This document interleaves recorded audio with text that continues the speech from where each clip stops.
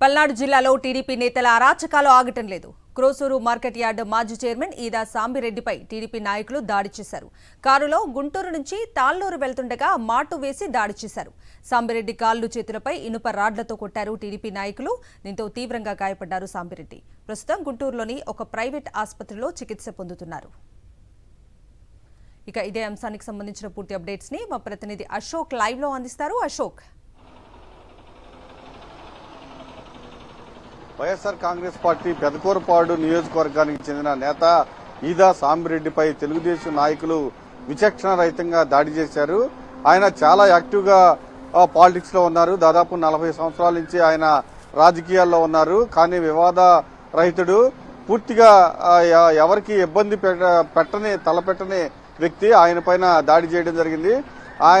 ఆయనకి వయసు 70 సంవత్సరాలు.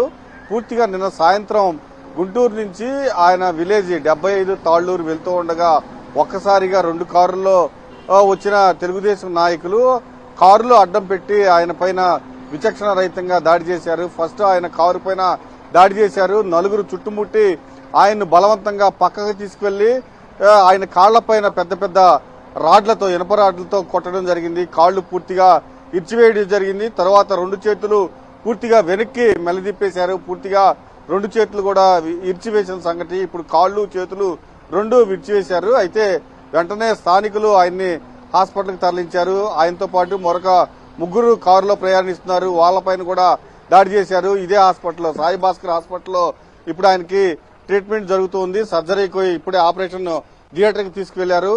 పరిస్థితి అయితే కొంత ఆందోళనకరంగానే ఉంది. పూర్తిగా కాళ్లపైన దాడి చేయడం ఇనుపరాడ్లతో, దాంతో పూర్తిగా 2 కాళ్లు విరిగిపోయిన పరిస్థితి. చేతులు కూడా ఒక పద్ధతి ప్రకారం విరిచివేయడంతో పూర్తిగా ఆయన పరిస్థితి కొంత ఆందోళనకరంగానే ఉందని డాక్టర్లు చెబుతున్నారు. సర్జరీ కోసం ఆపరేషన్ థియేటర్కి ఇప్పటికే లోపలికి తీసుకువెళ్లడం జరిగింది. Kavitha. Right Ashok, thank you.